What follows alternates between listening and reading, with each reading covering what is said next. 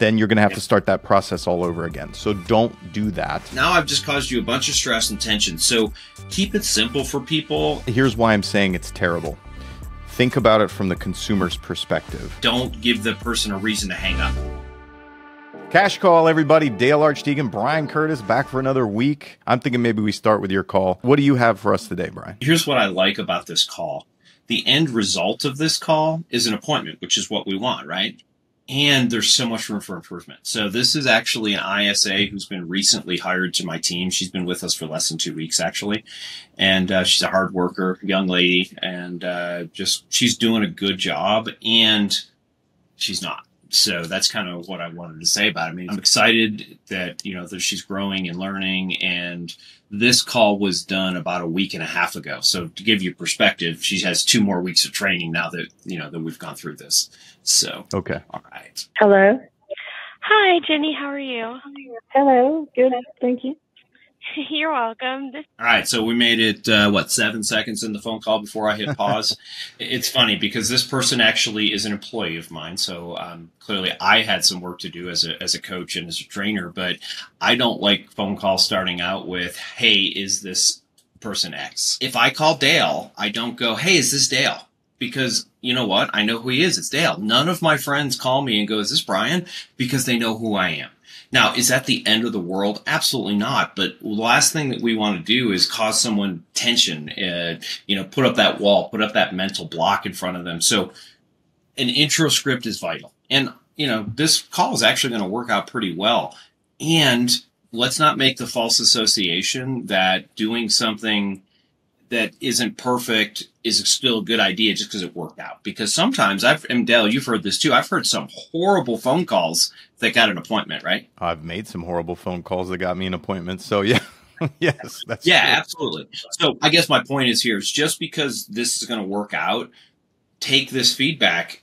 You do an intro script. Hi, this is Brian Curtis with Curtis Realty Group reaching out to you today because you made an inquiry on our website. I'm just wondering, are you looking to make a move soon or are you just window shopping? So don't start out with, hey, is this Dale? Any other thoughts on that, Dale? No, that's pretty much straightforward. And we have to keep saying it. The crazy thing to me, Brian, is I think I've been teaching this principle. This is just one of many around intros that I've been teaching for many years, and people are still doing it, and we still have to help them with it. So I think saying it over and over and over again here might help reinforce that. And I'd like to think we've got new listeners who haven't heard us complain about it before. Yes, probably.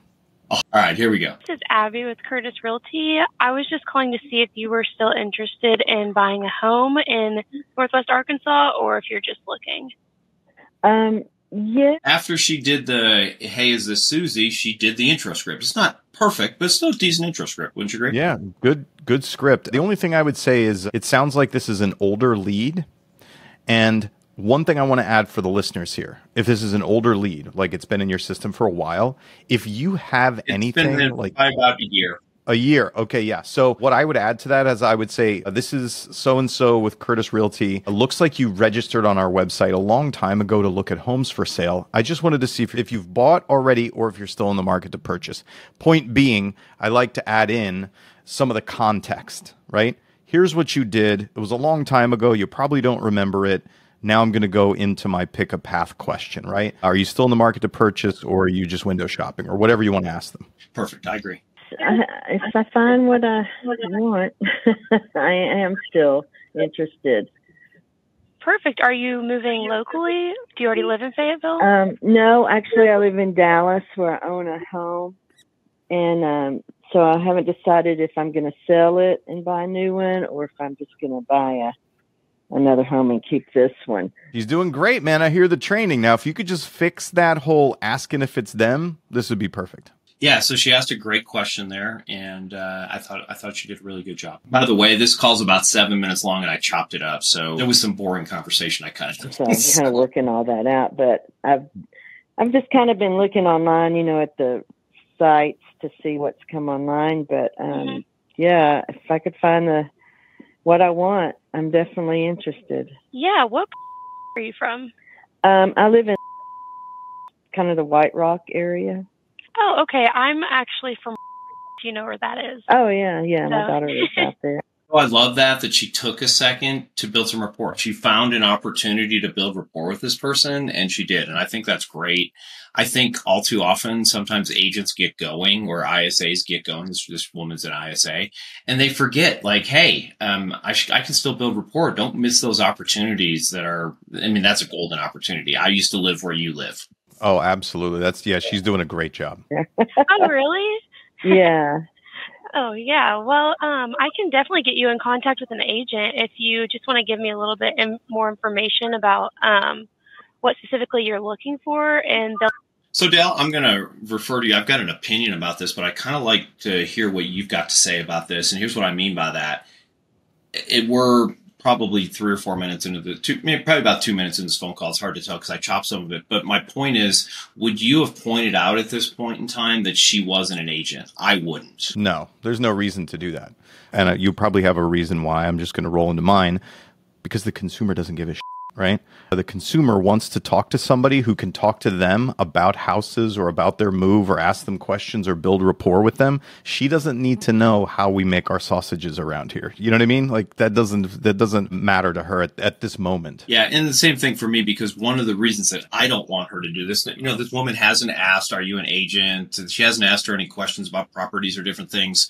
So there are people, not 100% of people, who when they heard that they weren't talking to an agent would be like, you know what, I don't even want to talk to you because this is an inside sales associate and she's doing a great job, but don't give the person a reason to hang up. And this woman's a nice woman. She's not hanging up, but that could be a real case. I can see myself, like I'm calling to have a conversation with a real estate agent or I'm expecting a real estate agent called me. I don't want to talk to some third party before I have to talk to somebody else. So don't give that up. I thought of.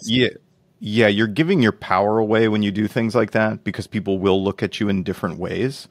And, one of the things that I found when I first started selling, I discovered very quickly that the less, in some cases, because I didn't have a lot of experience with selling real estate, the less that I talked about my experience, the less it was asked. And if I just showed up and I sounded like I knew what I was doing, then people would assume that I had more experience than I did. That has held true for me with starting my coaching company back in the day and everything else too, right? If you show up and you talk like you know what the heck is going on, people will follow you. I can't reiterate what Dale just said enough. There are so many new agents who come into our organization and teams that I coach and train just like you, Dale. And one of the things that people start to emphasize is the amount of business that they've done. And I can tell you, I've done more business than most of the people that if I were to go back on appointments, which I'm not going to do, but if I were, I've still done more business than most people and I still wouldn't talk about it. Because the second I start talking about business, let's say I'm sitting in, subdivision X and I go, yeah, I've sold 10,000 houses. How many have you sold in my subdivision? Well, none. All of a sudden, by bringing that up, now I've given the person a reason to object. So yeah, don't give away anything. There's no reason to. This person didn't ask if you were an agent, not an agent. We can just kind of talk through that. And at the end say, okay, by the way, my job here is to connect buyers and sellers with agents. So I'm going to refer you to so-and-so. And, you can do that at the end. Yeah, that makes sense. I'm going to make one more point about that. If I were to say to your ISA, play this for her, and I'd say, what value or what benefit did you get, ISA, out of telling her that? If you can't show me that there was a sales benefit or a persuasion benefit to doing that, then just don't. Agreed. I can definitely get you in contact with an agent if you just want to give me a little bit more information about what specifically you're looking for, and they'll be able to call you with some ideas. Okay. Right off the bat. Okay. How do you like her discovery question? Yeah, no, I don't like the discovery question was, can you tell me just a little bit what you might be looking for? The problem here is she said I can connect you to an agent, which means I'm not talking to the point person, and it's very hard to transfer rapport. So I'm a salesperson. You've just built rapport with me as a consumer, as a lead. It's really hard because now I'm saying I'm gonna take what we've built, this little tenuous thing we've built. I'm gonna go introduce you to another scary salesperson, right? And then you're gonna have to start that process all over again. So don't do that. Get rid of I can connect you to an agent. Just ask your question. You are the agent until it's time for her to talk to an agent. So get the info like an agent. And I agree with that. And so then to me, the discovery question shouldn't be if you could just tell me a little bit more about what you're looking for. I want to say, hey, let me ask you a couple of quick questions so I can get an idea what you're looking for so that we can make sure that we get you the right results. So because what's going to happen here, and this person's really super easy to get along with, by the way. So this woman's basically going to give us all the information. She's going to answer who, what, why, where, when, and how for us. But that is not typical, right? That is not, you don't normally just go, hey, tell me everything and then shut up and take notes. You have to interact with people. You have to ask questions. You have to, and the question's not horrible, but why not say this? Hey, let me get a little bit of information for you. Let me just start with what areas are you wanting to live in? Oh, I want to live here. Okay, perfect. Bedrooms, bathrooms, and just go through the standard thing, because at the end of the day, sometimes that causes stress for somebody, right? Like, I can ask you, Dale, how many bedrooms do you want? You go, I want 3. I know that. Or I can say, tell me what you like about a house. And you're like, I don't know. And I know that seems silly, but it really does happen, right? Keep it very simple for the client. Yeah. And more direct or specific is easier. I one time went on a job interview, like early on, like trying to get an internship. I walk into this job interview. I'm super nervous. And the interviewer goes, so tell me about yourself. I was like, what the you want to know, dude? Like, what? Where do I give me a place to start? What do you mean? How do I sell myself into this internship if all you start with is like the blank canvas of tell me about yourself? I was like, oh, that's terrible. So point being, if he had asked me a direct question, it would have been much easier for me to answer. Yeah, and maybe he did that on purpose in your interview, but we're not trying to see if this person's a good fit to work for us. We're trying to figure out if this person can, they'll hire us, right? That kind of thing. And so we don't want to ask these abstract questions that cause tension. It's kind of like we've talked about this a lot. When do you want to move? I don't know. Okay, great. Now I've just caused you a bunch of stress and tension. So keep it simple for people and give them questions that they can answer. And yes, we do have to ask time frame questions. I'm not saying we never do that, but ultimately, hey, just tell me about the house. How many bedrooms, how many bathrooms, how many square feet, what's the location? Those kind of questions are simple and easy, and it reduces stress on people. Okay. Well, I just want a small house. It's just me. My son lives up in so I just want to be closer to the grandkiddos. And let's see, just something around the 300,000. I'd like to keep it below 300 if I can, just an older home. Mm-hmm. At least 2 bedroom, 1 bath, but I really don't need that much room. Interested in a condo? Yes, if it's not multi-level, yeah. Got it. Would you be interested in like a duplex? So I love that she continues to look for potential solutions. Would you be interested in a condo? Would you be interested in a duplex? And I cut some of that off. But I also want you guys to note that like the buyer was like, a small house. Well, I don't know about you, Dale, but I can ask 100 people what a small house is and I'll get about 95 different answers. So, again, when you're controlling the questions, it makes sure that you actually, because what I would have done if someone said, I want a small house, I really appreciate that. By the way, that varies a lot for people. How would you define a small house? But I had to ask an extra question. I could have just said, how many square feet, how many bedrooms, how many bathrooms? So make it easy on the client. And then that way you also ensure that you're actually getting information you need. Because one of the things that you want to walk away from a sales call like this is, I want data that I can put in the MLS.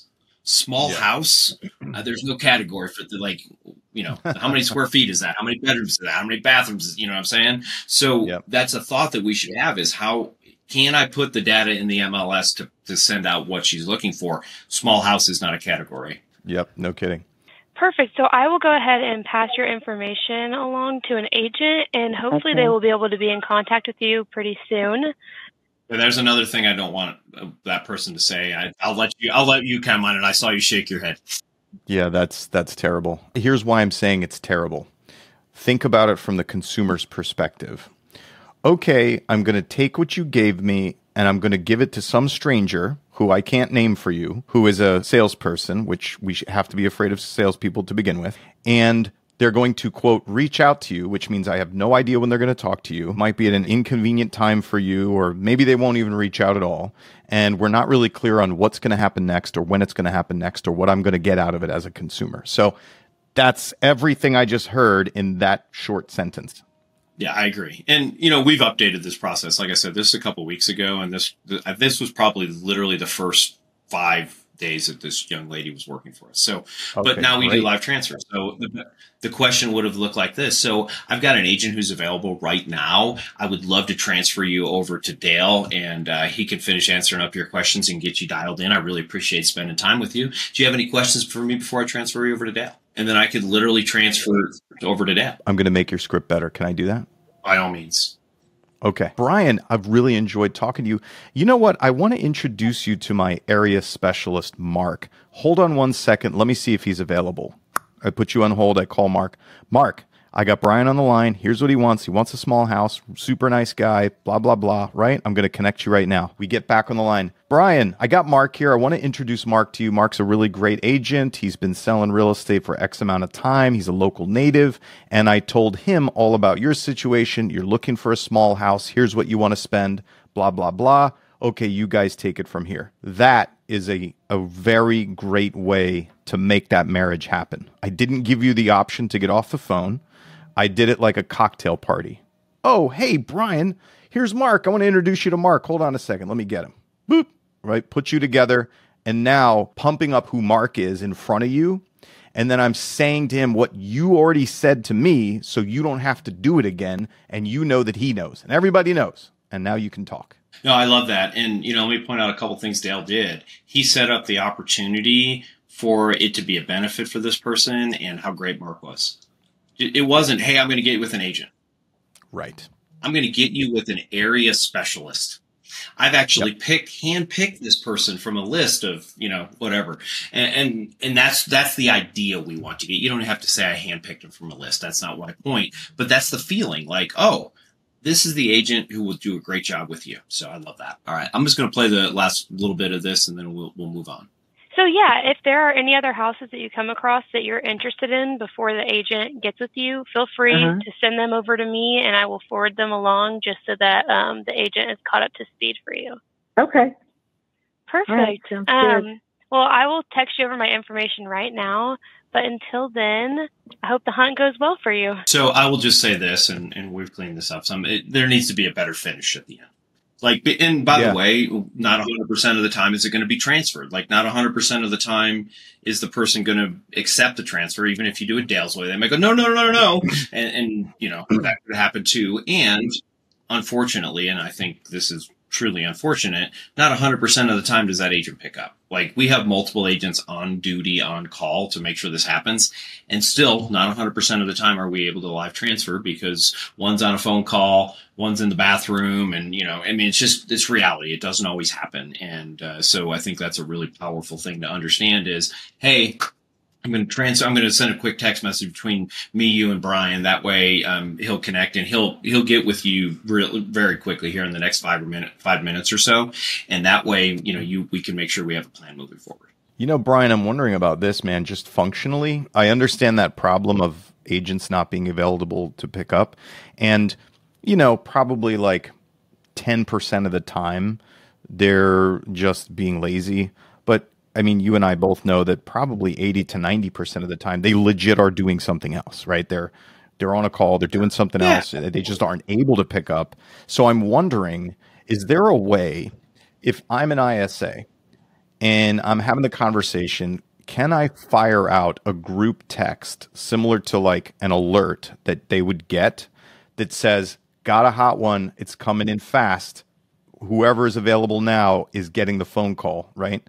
Just like fire that text about 3/4 of the way into the call when I know that I'm headed down to a live transfer so that I can have somebody on deck and prepared. Do you think you'd be able to, what do you think of that? I love that idea. And there's multiple ways that you could do that. So first of all, our ISA is making calls through Follow-Up Boss. So she has a cell phone. So literally she could just use her cell phone to do that. And what I would suggest is knowing the number of people who are available and setting up a group text at the beginning of the day. Say, hey, her name is Abby. Hey, this is Abby. And just want to let you know, you guys are the on-duty agents today. Just pay attention to this text message because I may have a hot lead and I want to make sure you're available. I think that would be great. Start that out. And then I would even nerd it up a little bit and I would make a shortcut on my phone, so I didn't have to sit there and try and type something out. So I could just type a couple of letters and it would automatically populate something, because I don't want to try and multitask. I don't want to try and listen to what Dale's saying at the same time I'm writing out a, big gigantic text message. So some version of that, or just simply, something really simple so that they know to be available and not necessarily have to sit here and type a bunch of stuff. Yeah. So you and I are both follow-up boss users. I'm pretty sure that if I'm on a call with one contact, right? If I'm calling through my system, if I have another window open, I can fire a group text to my agents, right? They have to be leads in the system to do that. I can't group text users, is what you're saying. I mean, all your people are on Slack, right? That was another option, is, hey, we could just have a Slack channel that says, hey, you're on duty today, pay attention to the Slack channel. That's another option as well. Yeah, exactly. So that's what I'd probably do. I'd be like, hey, sales team, guess what? That Slack app on your phone, be watching that, because that's where the ISA, first to claim, ISA is going to hit you up. And as I'm talking, right, I can just have a pre-formatted message in Slack. Like, I know that I'm winding toward, we know it's premeditated. I'm going to suggest that you're going to talk to an agent, And so when I get close within, maybe a couple minutes in that conversation, I just hit the send message button on Slack and I watch it and I see who pops up and says, I got it. And then I call them. Dale, thanks for brainstorming this with me. And thanks for helping me improve my system. I appreciate that. And that's sincere. I love that. I mean, at the end of the day, why not? And this is the mistake I think a lot of teams are making, clearly my team as well, is even though we have 3 people whose their job is to be available, what if all 3 of them are on other lead calls? Because you're not just sitting there all day. You're going to make phone calls. You're going to follow up. You're going to do your job. Oh yeah. They can't sit there and do nothing waiting on a live transfer. That doesn't make sense, right? If that ping comes in and I'm on I can be like, oh, hey, all right, great. I'll call you later. Right. I got it. That would be great. If you like this episode with me and Brian, you got to come back for the next one to hear a call where this guy does not want to pay a buyer's agent. And he wants to tell her up one side and down the other how stuff works. And she ends up setting the appointment. So I feel like you want to hear that one. Yeah, Dale, I'm excited to hear it too. And so by all means. Thanks for joining us this week, Dale Archdeacon, Brian Curtis. If you like what you're listening to right now and you want us to review one of your calls, or you want us to review one of your agents' calls, or even an ISA, just click the link in the description and you can upload a call for us to potentially review on the Cash Call Show for you.